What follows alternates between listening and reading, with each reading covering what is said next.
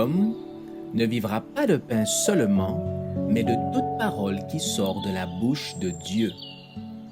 Voici votre moment de méditation quotidienne.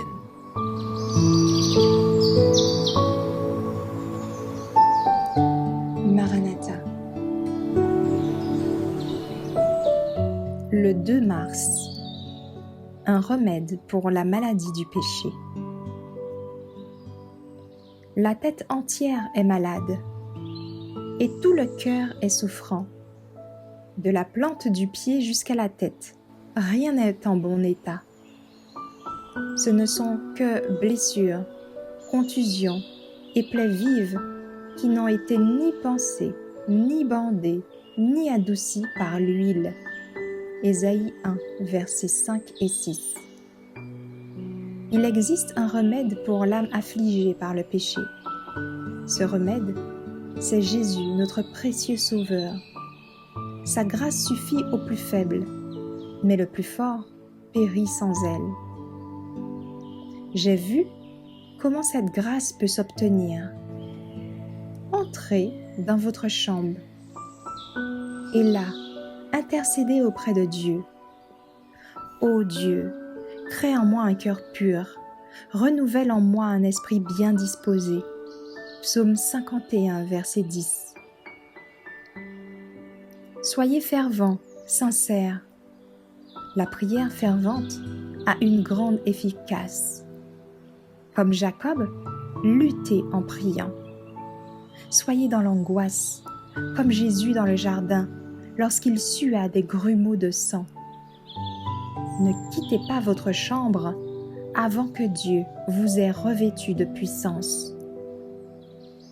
Que Dieu me garde de cesser de vous avertir. Jeunes amis, recherchez le Seigneur de tout votre cœur. Approchez-vous avec empressement quand, ayant enfin compris que vous périrez sans l'aide de Dieu, vous soupirerez après lui, comme la biche soupire après le courant des eaux.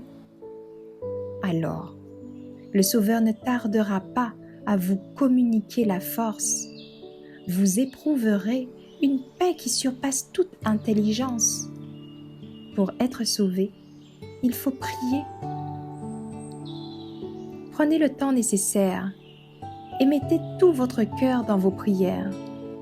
Demandez instamment à Dieu d'opérer en vous une réforme totale, afin que vous portiez les fruits de son esprit et que vous resplendissiez comme des flambeaux dans le monde.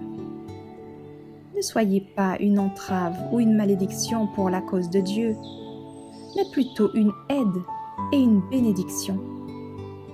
Si Satan vous dit que vous ne pouvez jouir en toute liberté d'un plein salut, ne le croyez pas. Je vis que chaque chrétien a le privilège de ressentir profondément l'influence de l'Esprit. Il est envahi par une paix céleste et il aime à méditer sur Dieu et sur le ciel. Il se rassasie des glorieuses promesses de la parole. Si ceux qui professent être chrétiens aiment Jésus plus que le monde, ils se réjouiront de parler de lui comme de leur meilleur ami, en qui se concentrent leurs plus chères affections. Quand il vint à leur secours quand ils se sentaient perdus et sur le point de périr. Quand ils étaient fatigués et épuisés par le péché, ils se tournèrent vers lui.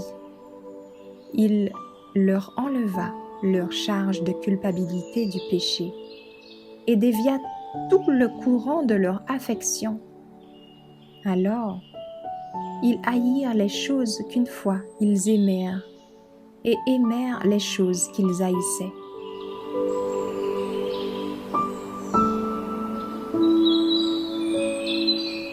Merci d'avoir écouté cette présentation.